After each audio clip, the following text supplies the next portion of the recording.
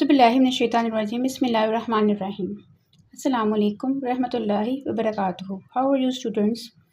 जी हमने chapter number 1 chemistry का states of matter and phase changes मुकम्मल कर लिया है। उसके 8 टॉपिक्स की वीडियोस एक प्लेलिस्ट में मौजूद हैं। ठीक है, अब हमारे पास क्या आ जाती है उसकी एक्सरसाइज में हम सबसे पहले क्या करते हैं, क्वेश्चन नंबर 1 MCQ से हमारे पास टिक द करेक्ट ऑप्शन। पहला है जी हमारे पास matter is present in neon signs in the state of. Neon signs के अंदर कहते हैं मैटर किस स्टेट में प्रेजेंट होता है, सुपर क्रिटिकल फ्लूइड की तरह, गैस की तरह, प्लाज्मा के लिक्विड क्रिस्टल।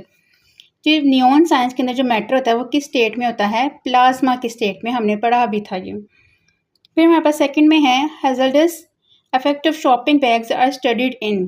अब शॉपिंग बैग्स हार्मफुल इफेक्ट्स हैं वो हम कौन सी कहते हैं ब्रांच में पढ़ेंगे, जियोकेमिस्ट्री में, एनालिटिकल में, इनऑर्गेनिक में, इन्वायरमेंटल में, या किस में। अब देखिए जियो में हम अर्थ के बारे में पढ़ते हैं, इनऑर्गेनिक में इनऑर्गेनिक कंपाउंड्स के बारे में पढ़ते हैं, एनालिटिकल में हम एनालिसिस वगैरह का करते हैं। अब इसको हम किस में पढ़ेंगे, इन्वायरमेंटल केमिस्ट्री में। क्योंकि शॉपिंग बैग्स जो होते हैं प्लास्टिक के बने होते हैं, वो हम डायरेक्ट और इनडायरेक्ट हमारे पास क्या करते हैं, पोल्यूशन कॉज करते हैं, और उस पोल्यूशन को हम किस में पढ़ते हैं, इन्वायरमेंटल केमिस्ट्री को में पढ़ते हैं। Next is the man made polymer is. अब कहते हैं जी कौन सा पॉलीमर है जो इंसान ने बनाया है, स्टार्च नहीं, ये तो नेचुरल है, प्रोटीन भी नेचुरल है, सेल्यूलोज भी नेचुरल है। So the man made polymer is basically polystyrene. Next is the crystals of which substance has rhombic shape. Rhombic shape हमने किस भी पढ़ी है, 2 एलोट्रोप्स होते हैं, एक होता है रोम्बिक और एक होता है मोनोक्लिनिक। बेसिकली उसको रोम्बिक कहा ही उसकी शेप की वजह से जाता है। ठीक है, तो किसके हो गए क्रिस्टल्स, रोम्बिक शेप के, सल्फर के हो गए। Next is which liquid among the following is a colloidal solution. कहते हैं जिसमें कौन सा हमारे पास जो लिक्विड है वो क्या है, कोलाइडल है। कोलाइडल की सबसे पहले हम प्रॉपर्टीज रिकॉल कर लेते हैं। कोलाइडल हमारे पास एक ऐसा सोल्यूशन होता है जिसके पार्टिकल्स, जो सोल्यूट पार्टिकल्स होते हैं वो सॉल्वेंट के साथ इतने अच्छे से मिक्स नहीं होते। अब सोल्यूट पार्टिकल्स उसके हमने क्या पढ़ा था कि ट्रू सोल्यूशन से बड़े होते हैं लेकिन सस्पेंशन से वो क्या होते हैं, छोटे हैं। तो ऐसे पार्टिकल्स हमारे पास कहाँ, देखिए विनेगर सोल्यूशन, सिरका तो जब भी पानी में डालेंगे वो टेस्ट से पता लगेगा ये पानी और सिरका है, वरना ये अच्छे से ऐसे डिजोल्व हो जाता है, ये तो होगा नहीं। स्लेक लाइम हमारे पास कहते हैं वाइट वाश का, ये भी बड़े अच्छे से डिजोल्व हो जाता है। AgCl ये भी अच्छे से डिजोल्व हो जाता है। तो हमारे पास जो कोलाइडल सोल्यूशन हुआ ना वो बेसिकली क्या है, यहाँ मिल्क है। ठीक है, जिसके पार्टिकल्स जो होते हैं वो ट्रू से छोटे बड़े होते हैं और सस्पेंशन से छोटे होते हैं। नेक्स्ट पॉइंट है हमारे पास which of the following is a heterogeneous mixture.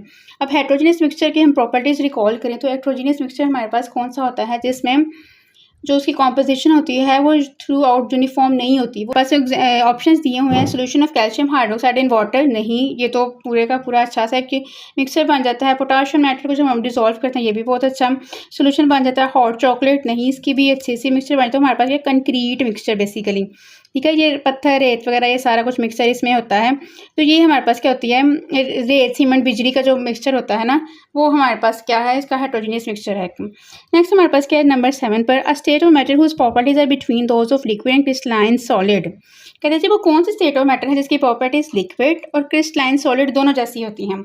अब लिक्विड और सॉलिड में हमने किसको पढ़ा था, लिक्विड क्रिस्टल को पढ़ा था। ठीक है, सुपर क्रिटिकल फ्लूइड भी हमने एक ऐसी स्टेट पढ़ी लेकिन वो किसकी थी, लिक्विड और गैस के दरमियान। हमारे पास किसका पूछा, लिक्विड और सॉलिड की, तो वो क्या थी, liquid crystal. Next is when the tiny visible particles of a substance are dispersed through a medium the mixture is named as. जब हम डिस्पर्स करें मतलब सोल्यूशन को हम हिला रहे हैं, कुछ कुछ पार्टिकल्स हमें नजर आ रहे हैं, तो कहते हैं ऐसे मिक्सचर को हम क्या नाम देंगे, ट्रू सोल्यूशन नहीं जी, ट्रू सोल्यूशन में तो हमें नजर ही नहीं आते, सैचुरेटेड नहीं, सस्पेंशन नहीं, हम उसे क्या कहेंगे, कोलाइड करेंगे। ठीक है, नेक्स्ट पॉइंट नंबर 9 में हमें क्या पूछ रहे हैं, a solution of KClO3 potassium chlorate का कहते हैं सोल्यूशन है, उसकी सॉल्युबिलिटी 100 cm³ वाटर के अंदर 40 डिग्री सेल्सियस के ऊपर कितनी है, 30.2 ग्राम है। ठीक है, how it's solubility will be affected if you decrease the temperature. कहते हैं इसकी सॉल्युबिलिटी कैसे इफेक्ट करेगी, हम अगर टेम्परेचर कर देंगे, कम कर देंगे। हमने KClO3 तो पोटाशियम क्लोरेट हमने नहीं पढ़ा, हमने पोटाशियम क्लोराइड की बेसिकली सॉल्युबिलिटी पढ़ी थी कि उसका टेम्परेचर जब हम इंक्रीज़ करते हैं तो उसकी सॉल्युबिलिटी क्या हो जाती है, इंक्रीज़ हो जाती है। इसी तरह यहाँ वो क्या कह रहे हैं कि जब हम इसकी सॉल्युबिलिटी पर क्या इफेक्ट होगा, जब हम टेम्परेचर डिक्रीज़ करेंगे तो होगा क्या कि इसकी सॉल्युबिलिटी भी क्या हो जाएगी, डिक्रीज़ हो जाएगी। नेक्स्ट हमारे पास नंबर 10 पे कह रहे हैं you are studying the rate of hydrolysis of starch and different conditions of temperature in which branch of chemistry this topic will fall. कहते हैं जी हम आप क्या कह रहे हैं स्टार्च की हाइड्रोलिसिस पढ़ें, मतलब कि स्टार्च को in the presence of water हमने कैसे तोड़ना है, ठीक है, उसको हम डिफरेंट कंडीशंस पर पढ़ें और टेम्परेचर हम चेंज कर करके पढ़ रहे हैं कि 20 पे वो कैसा इफेक्ट उसका आएगा, उसका 30 पे 50 पे 40 पे, ऐसे हम डिफरेंट इफेक्ट्स पर उसका नाम पढ़ें टेम्परेचर को चेंज करके। तो कहते हैं हम इसको किस में पढ़ेंगे, ऑर्गेनिक में पढ़ेंगे नहीं, बायोकेमिस्ट्री में पढ़ेंगे नहीं, एनालिटिकल में हम तज्जिया तो नहीं ना करें। तो हम ऐसी बातें हमने पहले भी कहा था कि इंडस्ट्री के अंदर जब हम टेम्परेचर की कंडीशंस ऐसी चीज़ें पढ़ते हैं कि हमारे पास कौन सी कंडीशंस रिक्वायर हैं रिएक्शन को कैरी आउट करवाने में, वो हम किस में रीड आउट करते हैं, फिजिकल केमिस्ट्री में, ठीक है। तो इसका आंसर क्या है, फिजिकल केमिस्ट्री। नेक्स्ट हमारे पास इसके क्वेश्चन नंबर 2 है, क्वेश्चंस फॉर शॉर्ट आंसर्स। इसको अब हम करेंगे। Question number 1 is why is there a need to divide chemistry into many branches, give 3 reasons। कहते हैं जी केमिस्ट्री को डिफरेंट ब्रांचेस में डिवाइड करने के लिए हमें क्या ज़रूरत थी, ठीक है, इसकी आप हमें 3 रीजंस बताएं। मैंने आपको जब फर्स्ट लेक्चर लिया था तभी कहा था कि इसको मार्क कर लें, ये हमारे पास नंबर 1 क्वेश्चन है, ठीक है। तो इसी का हम आंसर अब देखते हैं। There is a need to divide chemistry into many branches due to following reasons. और रीजंस अब हमारे पास कौन सी हैं? To understand the widely spread complex subject of chemistry। पहली रीज़न कि हमने केमिस्ट्री एक बहुत, हमने पहले भी कहा था कि एक कॉम्प्लेक्स सब्जेक्ट है, ठीक है, उसको समझने के लिए। Then to concentrate on specific aspects, इसके मुख्तलिफ पहलू को अच्छे से समझने के लिए, उन पर कंसंट्रेट करने के लिए। Then to enable scientist to focus on different areas of study, कि अब इसमें हमने देखें, इसमें इतनी हमने ब्रांचेस पढ़ी और हर ब्रांचेस में कोई ना कोई नई से नई चीज़ थी। तो इन सब ब्रांचेस को अच्छे से स्टडी आउट करने के लिए डिफरेंट एरियाज साइंटिस्ट अच्छे से पढ़ें, इसलिए हमने केमिस्ट्री को इतनी ज़्यादा ब्रांचेस में डिवाइड किया। नेक्स्ट क्वेश्चन इज रिएक्शंस में take place due to electrons present outside the nucleus और दे में take place inside the nucleus. Which branches of chemistry cover these 2 types of reactions. सवाल हमसे कह रहे हैं रिएक्शन 2 तरीके से हो सकते हैं, या तो इलेक्ट्रॉन्स न्यूक्लियस के बाहर हों, ठीक है, या न्यूक्लियस के अंदर की साइड पर हों, ठीक है, इनसाइड हों। Which branches of chemistry cover these 2 type of reactions. कौन से केमिस्ट्री के ब्रांचेस हैं जो ये 2 तरह के रिएक्शंस देखेंगी? And the answer is physical chemistry deals with the reaction involving electrons outside the nucleus.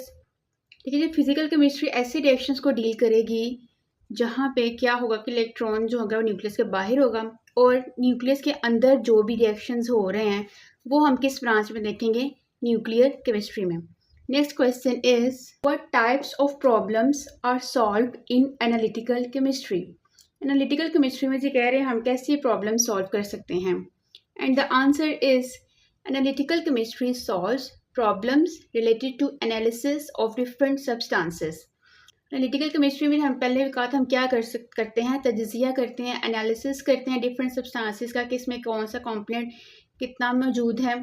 It involve identification, तो हम इसमें क्या करेंगे, शनाख्त करेंगे, determination of concentration of components in materials, हम डिटर्मिन करेंगे, हम देखेंगे कि इस पर्टिकुलर मटेरियल में कौन से कंपोनेंट्स मौजूद हैं और उनकी कंसंट्रेशन क्या है, वो कितनी रेशो के साथ हैं, कितनी % के साथ मौजूद हैं।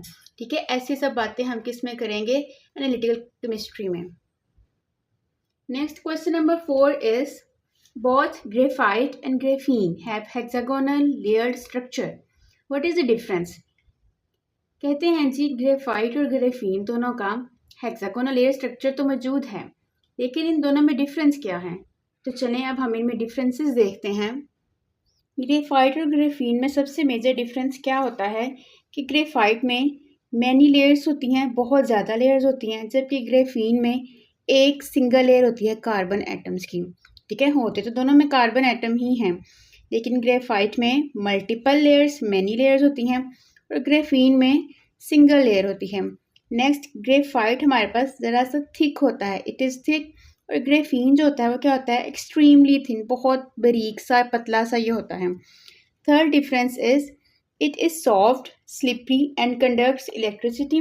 ग्रेफाइट जो हमारे पास फिसलने वाला होता है, नरम होता है और इलेक्ट्रिसिटी कंडक्ट कर सकता है। On the other hand graphene is super strong, ये जितना ये बारीक होता है उतना ही ये सुपर स्ट्रॉन्ग होता है, बहुत ज़्यादा ये ताकत वाला होता है। फ्लेक्सिबल, लचकदार भी होता है, इसमें लचक भी बहुत ज़्यादा होती है। And excellent conductor of electricity and heat, और इलेक्ट्रिसिटी और हीट का गुड कंडक्टर है। Next question is question number 5, why are supercritical fluids important.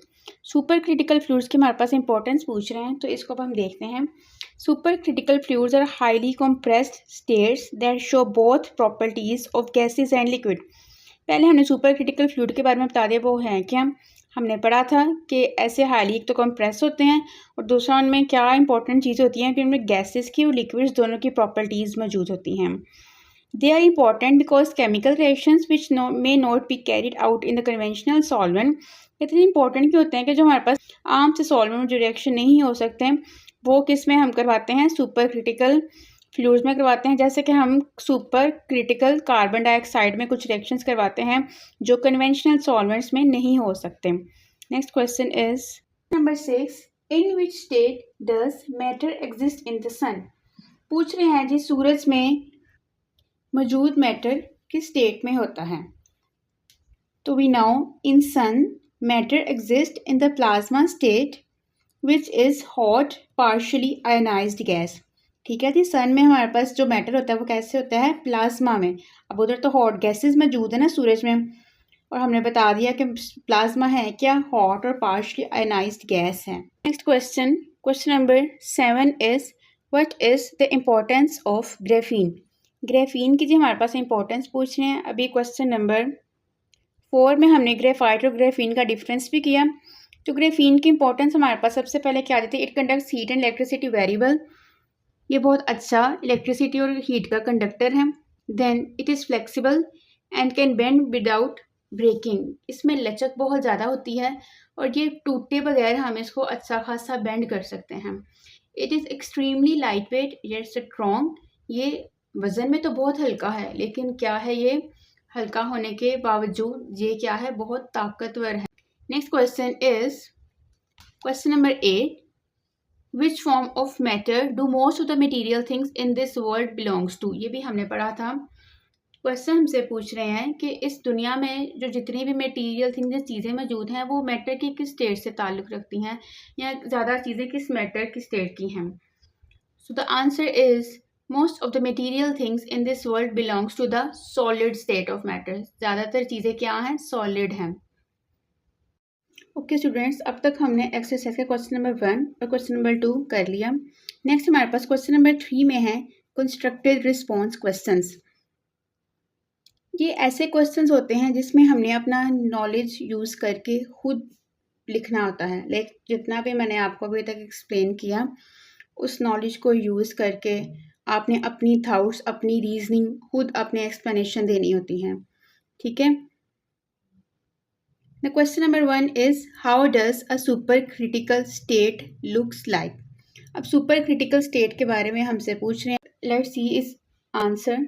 Supercritical states look as a homogeneous uniform phase without any clear separation between liquid and gas form. कहते हैं कि super critical states हमारे पास homogeneous, बिल्कुल smooth सी होती हैं, same उनकी composition होती है, यूनिफॉर्म फेस होती हैं, without any clear separation between liquid and gas form. उसमें हम डिफ्रेंशिएटिंग जैसे कि हमने पढ़ा कर सकते हैं कि वो लिक्विड है या गैस फॉर्म है। सिंपल सा इसका आंसर है। Next question is in what way is plasma created in fluorescent tube. Fluorescent tubes मतलब कि जो चमकती हुई हमारे पास ट्यूब्स होती हैं उसमें कहते हैं प्लाज्मा कैसे क्रिएट करते हैं। इसका आंसर हम देखते हैं। In a fluorescent tube, plasma is created by passing an electric current through the tube. It excites the gas and ionized atoms, thus a glowing plasma is produced. इस tube के अंदर already gas मौजूद है, हमने उसमें से electricity गुजार दी। अब इलेक्ट्रिसिटी में क्या मौजूद था, फ्री इलेक्ट्रॉन्स। उन्होंने क्या किया, जाके एटम्स को आयनाइज कर दिया, एटम्स को आयंस में चेंज कर दिया और हमारे पास चमकती हुई एक रोशनी निकली जिसे हमने कहते हैं glowing plasma. Next question is question number 3। Most of the molecules we study in biochemistry are organic in nature. Where does the difference exist in organic and biochemistry branches of chemistry. कहते हैं हम जितने भी biochemistry में molecules की study करते हैं वो ज़्यादातर क्या होते हैं, ऑर्गेनिक होते हैं। ठीक है, जैसे कि कार्बोहाइड्रेट्स हैं, लिपिड्स हैं, प्रोटीन्स हैं, ये सब क्या है, इनकी नेचर क्या ऑर्गेनिक है। कहते हैं अगर ये ही हम ऑर्गेनिक कंपाउंड को ही बायोकेमिस्ट्री में स्टडी कर रहे हैं तो हम उनको ऑर्गेनिक केमिस्ट्री में ही स्टडी कर सकते हैं ना। तो दोनों ब्रांचेस में डिफरेंस कहाँ आता है, तो चलिए इनका डिफरेंस देख लेते हैं। Organic chemistry deals with the study of carbon compounds and it's derivatives. ठीक है, हम ऑर्गेनिक केमिस्ट्री में कार्बन कंपाउंड्स के बारे में, मतलब ऑर्गेनिक कंपाउंड्स के बारे में ही पढ़ते हैं। लेकिन बायोकेमिस्ट्री में हम इन कंपाउंड्स को देखते हैं कि ये रिएक्शंस, केमिकल प्रोसेसेस जितने भी इनके हो रहे हैं वो लिविंग ऑर्गेनिजम्स में कैसे हो रहे हैं। Biochemistry deals with the chemical processes taking place in the living organisms. Next, organic chemistry को हम कहाँ यूज़ करते हैं, प्लास्टिक्स, फ्यूल्स वगैरह वाली चीज़ों में। लेकिन बायोकेमिस्ट्री को हम कहाँ यूज़ करते हैं, deals with enzymes, DNA, proteins, metabolism.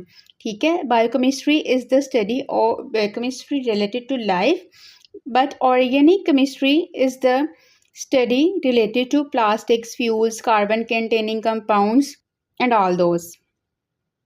Next question number 4 is give the reason of brilliance shown by diamond, can you improve it? Brilliance के बारे में हमसे सवाल कर रहे हैं। ब्रिलियंस क्या होता है जी, हीरे की चमक। हीरे को हम थोड़ा रोटेट करते हैं, ऊपर नीचे करते हैं तो हीरे की एक स्पेसिफिक सी चमक होती है। ठीक है, जो उसके अंदर से लाइट निकलती है, रोशनी निकलती है, स्पार्कलिंग सी, वो उसके हम क्या कहते हैं, ब्रिलियंस। तो इसके हमसे रीज़न पूछ रहे हैं और साथ कह रहे हैं हम इसको इम्प्रूव कर सकते हैं। हाँ जी, हम इसका क्वेश्चन अब करते हैं, आंसर कर देखते हैं इसका। The brilliance of a diamond is due to high refractive index.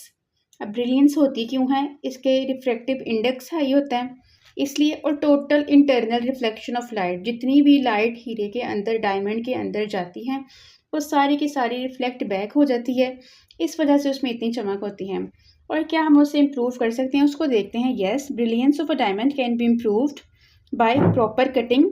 अगर हम हीरे को अच्छे से काट सकेंगे, उसकी पॉलिश अच्छी हुई होगी, और रेगुलर क्लीनिंग ऑफ डायमंड, अगर हम डायमंड की बाकायदगी से सफाई करेंगे, उसके ऊपर डर्ट वगैरह, डस्ट जितनी भी होगी, हमें उसको साफ़ करेंगे, तब डायमंड की ब्रिलियंस हम इम्प्रूव कर सकते हैं।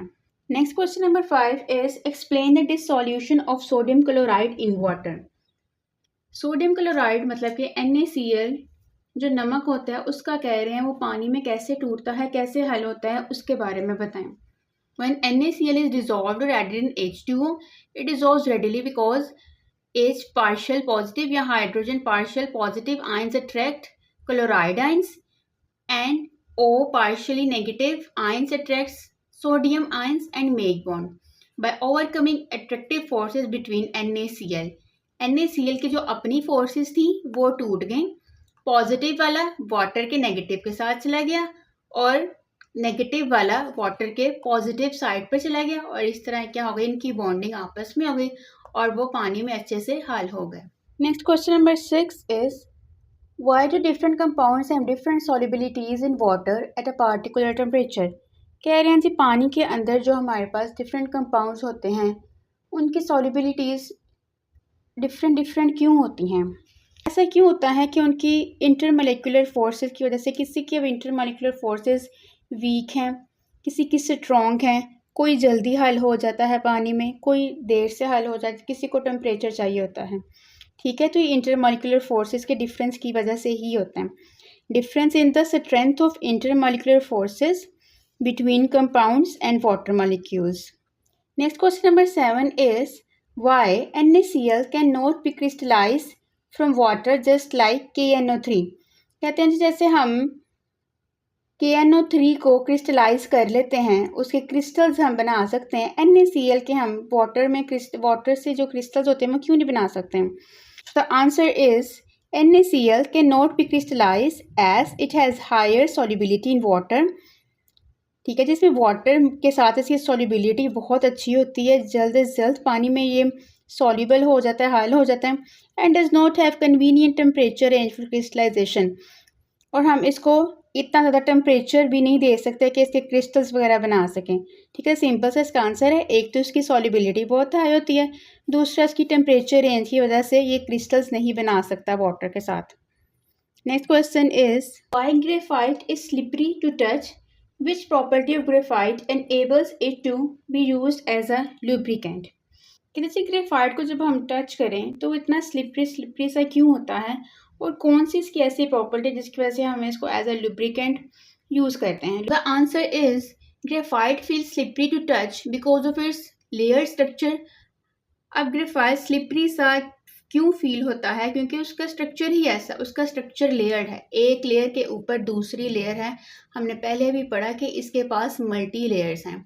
अब कार्बन एटम की जो मल्टी लेयर्स होती हैं वो एक दूसरे के साथ फिक्स नहीं होती हैं, वो लूजली अटैच होती हैं, ठीक है, कि वो एक दूसरे के ऊपर स्लाइड कर जाती हैं, फिसल जाती हैं एक दूसरे के ऊपर।